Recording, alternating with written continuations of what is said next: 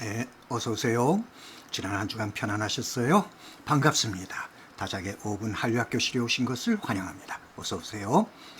오늘은 다작의 5분 한류학교실 제28강 한류 문화로 땅 따먹기 세 번째 시간 드라마 오징어 게임이 던지는 한류사적 과제에 대해 이야기 나누는 시간입니다. 지난 두 주간에 걸쳐서 우리는 놀이와 문화 콘텐츠에 대해 이야기를 했고, 오늘은 놀이를 소재로 한 독특한 문화 콘텐츠 드라마 오징어 게임이 던지는 한류사의 과제에 대해 살펴보는 시간을 갖도록 하겠습니다. 이 그림은 동네 공터에서 친구들과 어울려 사금파리 같은 작고 단단한 조각으로 땅에 선을 긋고 놀던 오징어 게임 놀이판 모양입니다. 왼쪽 쑥색 원은 공격팀의 거점이고, 나머지 회색 사각형 몸통과 파란색 I자형 다리, 출입문인 둥근 꼬리, 그리고 삼각형 머리 부분 등은 모두 수비팀의 땅입니다. 이 그림은 네모로 표시된 공격수와 동그라미로 표시된 수비수 각각 6명이 하는 오징어 게임의 시작 직전 모습입니다. 놀이자의 수는 6명보다 적어도 되고 더 많아도 상관없습니다. 많을수록 더 박진감 넘치는 놀이가 될 수 있습니다. 놀이의 목표는 승리입니다. 이를 위해서 공격수는 수비수의 집 출입문을 통해서 안으로 침투해야 하고, 다리 건너편에 있는 십자 표지에 발을 대면서 만세를 부르면 승리한 것이 됩니다. 반대로 수비수의 승리는 공격수가 집안에 침투해서 십자 표지에 발을 대지 못하도록 방어하면서 동시에 공격수 전원을 쓰러뜨리면 이기는 것입니다. 상대방을 쓰러뜨리기 위해서는 힘겨루기를 해야 하는데, 크게 세 가지 서로 다른 상황에서 힘겨루기가 이루어집니다. 첫 번째, 수비수는 집 안, 공격수는 집 밖에 위치한 경우입니다. 이때 수비수는 집 안에서 두 발로 서서 힘을 쓰지만, 공격수는 한쪽 발을 들고 집 밖에서 깨금 발로 힘겨루기를 해야 합니다. 이때 어느 한쪽이 수비수의 집 금을 밟거나 공격수의 경우 힘쓰는 도중에 두 발이 땅에 닿으면 죽은 것이 됩니다. 두 번째, 공격과 수비 모두 수비의 집 밖에서 조우했을 경우입니다.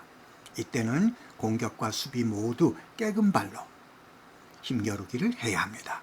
마찬가지로 넘어지거나 두 발이 땅에 닿으면 그 사람은 죽은 것이 됩니다. 세 번째, 수비수 집안 내부에서 침투한 공격수와 수비수가 조우했을 경우입니다. 이때는 모두가 두 발로 힘겨루기를 해서 상대방을 쓰러뜨리거나 집의 울타리인 선을 밟게 하거나 집 밖으로 밀어내면 승리자가 됩니다. 이 밖에 공격수들이 두 발로 걸으면서 마음 편히 싸울 수 있는 방법이 있습니다. 수비수들의 저항을 무릅쓰고 그림에 있는 I자형 다리를 깨금 발로 건너는 데 성공하면, 공격수는 곧바로 암행어사 하고 소리를 치고 그때부터 두 발로 걸어다니면서 싸움을 할 수 있습니다. 그렇기 때문에 수비수들은 공격수들이 그 다리를 건너지 못하도록 치열하게 방어를 해야 합니다. 공격수들이 깨금발이 아닌 두 발로 걸어 다니게 되면 수비하는데 어려움이 많기 때문이죠. 자, 이제 드라마 오징어 게임으로 들어가 보겠습니다. 드라마 오징어 게임은 9편의 에피소드로 구성되어 있습니다. 1화는 무궁화 꽃이 피던 날, 2화는 지옥, 3화는 우산을 쓴 남자, 4화 쫄려도 편먹기, 5화는 평등한 세상, 6화는 그 유명한 깐부, 7화는 VIPS, 8화는 프론트맨, 이병헌이 시청자들을 깜짝 놀라게 하죠. 마지막 9화는 운수 좋은 날, 이정재가 연기한 기훈이 456억 원 횡재하는 날 이야기입니다. 이 편은 드라마 오징어 게임에 나오는 우리 전래놀이의 속성과 유형을 분석한 자료입니다. 딱지치기, 무궁화꽃이 피었습니다. 설탕 뽑기, 일명 달고나, 줄다리기, 구슬치기, 징검다리 건너기, 오징어 게임 등의 전래놀이가 드라마 오징어 게임의 소재로 등장합니다. 드라마 1화 무궁화꽃이 피던 날에는 정장차림의 남자 공유가 그 역할을 했죠. 정장차림의 남자가 이긴 사람이 상대의 돈 10만 원을 갖는다고 제안하면서 딱지치기를 들고 나옵니다. 딱지치기는 탈의지, 규칙을 속성으로 합니다. 이기고 싶다고 이길 수 있는 놀이가 아닙니다. 놀이자의 의지와 상관이 없습니다. 딱지치기에는 규칙이 있습니다. 딱지를 바닥에 내리쳐서 상대의 딱지를 뒤집어야만 이깁니다. 일종의 우연놀이 알레아에 해당합니다. 또 드라마 1화에는 전래놀이 무궁화꽃이 피었습니다가 소재로 등장합니다. 드라마 속 설정은 5분 안에 소녀 로봇의 눈을 피해서 결승선을 통과해야만 하는 놀이입니다. 소녀 로봇이 무궁화꽃이 피었습니다 라는 대사와 함께 고개를 돌릴 때 움직임이 감지되면 저격 소총이 그 대상을 사살합니다. 무궁화꽃이 피었습니다는 의지와 규칙을 속성으로 하는 경쟁놀이 아곤에 해당합니다. 5분이라는 정해진 시간 내에 결승선에 도달해야만 한다는 놀이자의 의지가 작동합니다. 그리고 이 놀이에는 무서운 규칙이 존재합니다. 움직이다가 술래, 이 드라마에서는 소녀 로봇이죠. 술래와 눈이 마주치면 그 사람은 죽습니다. 드라마 3화 우산을 쓴 남자에는 설탕 뽑기, 일명 달고나 놀이가 진행됩니다. 놀이자는 10분 안에 자신이 선택한 문양의 달고나를 녹여서 찍혀있는 선 모양만을 깨끗하게 남기고 나머지를 잘라내면 통과하는 놀이입니다. 그런데 일반적인 놀이의 개념적 정의의 관점에서 달고나를 놀이로 규정하는 데에는 무리가 있습니다. 왜냐하면 달고나에는 문양을 찍어주는 아저씨가 존재하고 아저씨는 그 대가로 아이들한테서 돈을 받습니다. 돈을 받고 달고나를 파는 것이죠. 놀이에는 놀이 주체만이 존재합니다. 그런데 아저씨는 놀이의 주체가 아닌 것이죠. 그러니까 전래놀이처럼 드라마 속에서는 극적 효과를 발휘하지만 정작 설탕 뽑기, 달고나가 놀이는 아니라는 것입니다. 드라마 4화 쫄려도 편먹기에는 드라마 오징어 게임에 나오는 전래놀이 가운데 유일하게 단체전인 줄다리기가 펼쳐집니다. 양쪽 타워에서 서로 줄을 당겨 상대팀을 전부 타워 아래로 떨어뜨려 죽이는 놀이입니다. 줄다리기는 놀이자들의 의지가 작동합니다. 서로 힘을 합쳐 이기겠다는 의지, 그리고 이 놀이에는 규칙이 있습니다. 상대팀을 중앙에 있는 경계 구역을 넘어 자기 팀 쪽으로 완전히 끌어당겨야 이긴다는 규칙입니다. 이처럼 줄다리기는 의지와 규칙이 작동하는 경쟁놀이, 아곤에 해당합니다. 우리 조상들은 아래 사진 왼쪽에 있는 용줄다리기라는 형식의 웅장하고 역동적인 줄다리기를 명절 때마다 마을 대항전으로 행하곤 했습니다. 드라마 6화 깐부에는 구슬치기, 홀짝놀이가 등장합니다. 30분 안에 각자 자신의 구슬을 가지고 짝꿍과 시합을 벌여 상대의 구슬을 전부 따내면 통과됩니다. 둘 중에 한 사람은 죽어야 합니다. 구슬치기, 홀짝은 탈의지와 규칙이 존재하는 우연놀이, 알레아에 해당합니다. 상대가 홀을 잡을지 짝을 잡을지 알 수가 없기 때문입니다. 복불복이라고나 할까요? 우연에 기대게 됩니다. 자신의 의지와는 상관이 없습니다. 분명한 것은 틀리면 배팅한 구슬을 모두 다 빼앗긴다는 것이죠. 이것이 구슬치기의 규칙입니다. 드라마 7화 VIPS에는 징검다리 건너기 놀이가 기다리고 있습니다. 16분 안에 18칸의 다리를 지나 반대편까지 건너가야만 살 수 있습니다.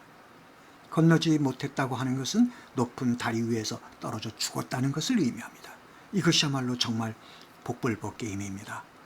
구슬치기와 같이 탈의지, 규칙을 속성으로 하는 우연놀이, 알레아에 해당합니다. 드라마 마지막 9화 운수 좋은 날에는 이 드라마의 메인 놀이인 오징어 게임이 등장합니다. 주인공 기훈이 상우와의 대결에서 최후의 승자가 되어 456억 원이라는 거액의 상금을 타게 됩니다. 오징어 게임은 의지와 규칙이 존재하는 경쟁놀이, 아곤에 해당합니다. 싸워 이기겠다는 결의, 의지가 함께하고 여러 가지 규칙이 오징어 게임에는 존재합니다. 예를 들어 땅바닥에 그려져 있는 오징어 그림 밖에서는 깨금발로 뛰어야 한다. 깨금발로 다리 건너기에 성공하면 암행어사라고 외치고 두 발로 걸어 다닐 수 있다. 공격수가 이기기 위해서는 수비수의 집안에 있는 십자 표지에 발이 닿아야 한다는 등 많은 규칙들을 가지고 있습니다. 지금까지 우리는 드라마 오징어 게임에 나오는 전래놀이의 속성과 범주에 대해 이야기를 나누었습니다. 드라마 오징어 게임은 이처럼 우리의 전래놀이를 소재로 해서 드라마틱한 극구성을 통해서 관객들의 시선을 놓치지 않는 괴력을 발휘합니다. 전래놀이의 문화 컨텐츠화를 통해 극적인 묘미를 살려갑니다. 드라마 오징어 게임의 특징이 바로 여기에 있습니다. 놀이의 문화 컨텐츠화, 즉 기존 놀이의 주체를 객체화하고, 다시 말해 놀이에 참여한 주체여야 할 등장인물들을 객체화, 참여자처럼 만들었다는 것이죠. 그리고 이병헌이 맡은 프론트맨, 진행요원, VIPS 등과 같은 주체 측을 새롭게 등장시켜서 이들을 놀이의 주체로 설정합니다. 그래서 객체가 존재하지 않는 놀이를 드라마 오징어 게임은 주체와 객체를 기본 구성 요소로 하는 문화 컨텐츠화한 것입니다. 자, 그렇다면 오징어 게임이 던지는 한류사적 과제는 무엇인가? 드라마 오징어 게임은 이기적 본성의 극단을 보여줍니다. 목숨을 건 도박, 456억 원을 쫓는 처절한 인간 군상들. 결국 마지막 남은 한 사람, 주인공 기훈은 넋이 나간 모습을 합니다. 한류 문화로 땅 따먹기, 돈을 쫓는 드라마 오징어 게임의 등장인물들처럼 한류 또한 이기적 본성의 극단을 보여줄 수 있습니다. 그리고 드라마의 주인공 기훈처럼 456억 원을 얻은 뒤 넋이 나간 모습을 할지도 모릅니다. 왜 그럴까요? 바로 땅, 영토 때문입니다. 인간은 생명의 탄생과 성장, 죽음, 그리고 다시 새로운 생명의 탄생이라는 우주적 순환을 땅을 통해 체험합니다. 땅은 생명입니다. 땅이 없으면 인간은 살 수 없습니다. 땅은 영토입니다. 인류의 역사, 특히 제국주의의 역사는 영토 확장이라는 땅 따먹기의 역사입니다. 지금도 그 역사는 계속되고 있습니다. 우크라이나와 러시아의 영토 전쟁이 그렇고, 중국의 남중국해 자국 영해 선언으로 인한 주변국들과의 해상 영토 분쟁도 마찬가지입니다. 쿠릴 열도 4개의 섬에 대한 러시아와 일본의 영토 분쟁, 포클랜드 제도를 둘러싼 영국과 아르헨티나의 영토 분쟁, 독도에 대한 일본의 영토 야욕, 이어도에 대한 중국의 영토 야욕 등등 헤아릴 수 없이 많은 땅을 둘러싼 영토 분쟁이 오늘도 계속되고 있습니다. 우리의 전래놀이 가운데 땅 따먹기라는 놀이가 있습니다. 의지와 규칙의 속성을 갖고 있는 경쟁놀이, 아곤에 해당합니다. 상대보다 더 많은 땅을 갖고 싶다는 놀이자의 의지가 작동하는 놀이입니다. 놀이의 규칙은 놀이 도구인 작은 돌을 자신의 집에 놓고 손가락으로 3번 튕겨서 집 밖으로 나갔다가 다시 자신의 집으로 돌아오는 것입니다. 성공하면 놀이돌이 멈춰 섰던 3개의 꼭지점 안에 들어와 있는 땅이 모두 자신의 땅이 됩니다. 실패하면 자신의 땅은 없고 순서만 상대방에게 넘어갑니다. 놀이의 순서는 가위바위보를 통해 선공을 가립니다. 이것이 땅 따먹기 놀이의 규칙입니다. 놀이의 진행은 화면 아래에 있는 사진처럼 사금파리로 땅바닥에 사각형이나 원을 그려서 놀이 공간을 확정짓는 일로부터 시작합니다. 놀이자들은 사각형의 4 귀퉁이나 원의 경우 서로 마주볼 수 있는 반대편에 자기의 집을 그립니다. 집을 그릴 때는 위에 있는 그림처럼 사각형의 꼭지점이나 원의 한 지점에 엄지손가락을 놓고 손바닥을 쫙 펴서 이를 지름으로 한 원을 그립니다. 부채꼴 모양의 원이 탄생하면 그 안의 공간이 바로 자신의 집이 됩니다.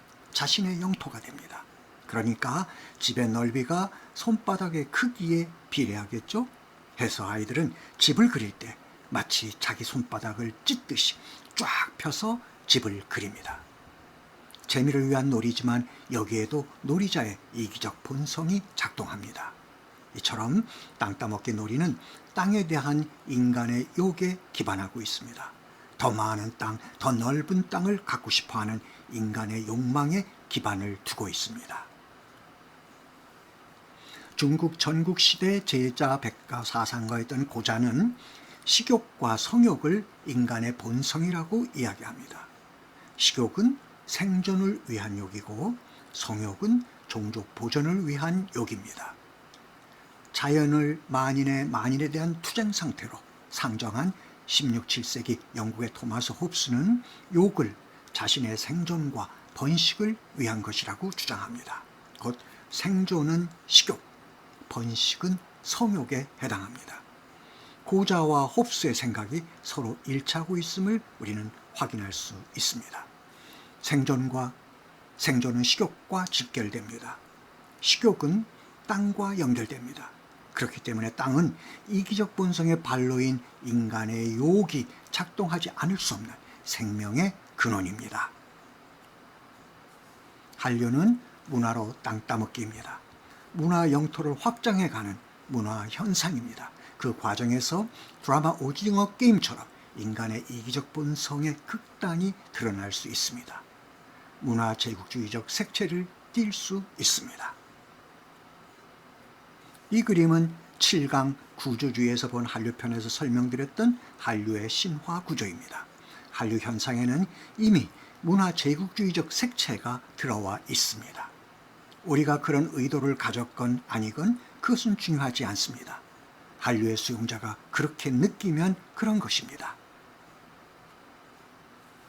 한류는 문화로 땅 따먹기, 우리의 땅에 대한 욕이 한류 수용자의 경계를 유발합니다. 그렇기 때문에 땅에 대한 욕을 버리고 인류의 보편적 가치에서 답을 찾아야 합니다. 그래서 한류 수용자가 스스로 경계를 해제할 수 있게 해야 합니다. 그래야만 진정한 세계 문화로서 한류가 굳건히 자리할 수 있게 될 것입니다. 우리는 해낼 수 있습니다. 드라마 오징어 게임 제8화에 나오는 장면을 떠올려 봅니다.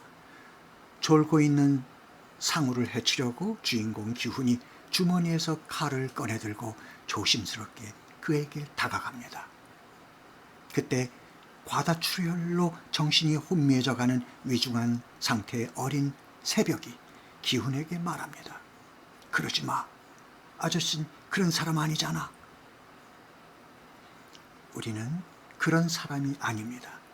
인간에 대한 신뢰, 인간에 대한 믿음, 인류에 대한 신뢰를 저버릴 수 있는 그런 민족이 아닙니다. 역사에도 인과응보가 있음을 우리는 기억해야 합니다. 드라마 오징어 게임 제9화 마지막 장면, 주인공 기훈과 프론트맨 이병헌이 나누는 전화통화 장면을 다시 소환해 봅니다. 프론트맨이 말합니다. 456번, 지금 그냥 그 비행기를 타는 게 신상에 좋을 거다. 주인공 기훈, 너희들은 도저히 용서가 안 돼. 디렉션, LA행 항공편을 타러 탑승교를 지나던 기훈이 그대로 발길을 돌린다. 여기서 왜 기훈이 발길을 돌렸을까요?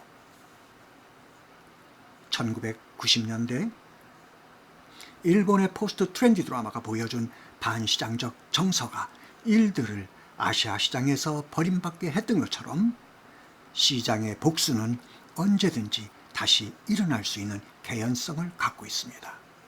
한국 드라마도 예외는 아닙니다. 해서 다작의 5분 한류학교실은 드라마 오징어 게임이 던지는 한류사적 과제를 풀기 위해서 다음 주 제29강부터 41강까지 민복합제 한류 무엇을 실어 나를 것인가? 라는 주제로 이야기를 진행합니다. 여러분의 많은 관심 부탁드립니다. 오늘 수업 여기서 마치겠습니다. 자, 실운 외치는 시간입니다. 제가 한류이즘 할게요. 여러분들은 한류토피아, 그리고 다 함께 위하여. 아셨죠? 자, 한류이즘과 한류토피아를 위하여. 수고 많이 하셨습니다. 자, 편안한 한 주간 되세요.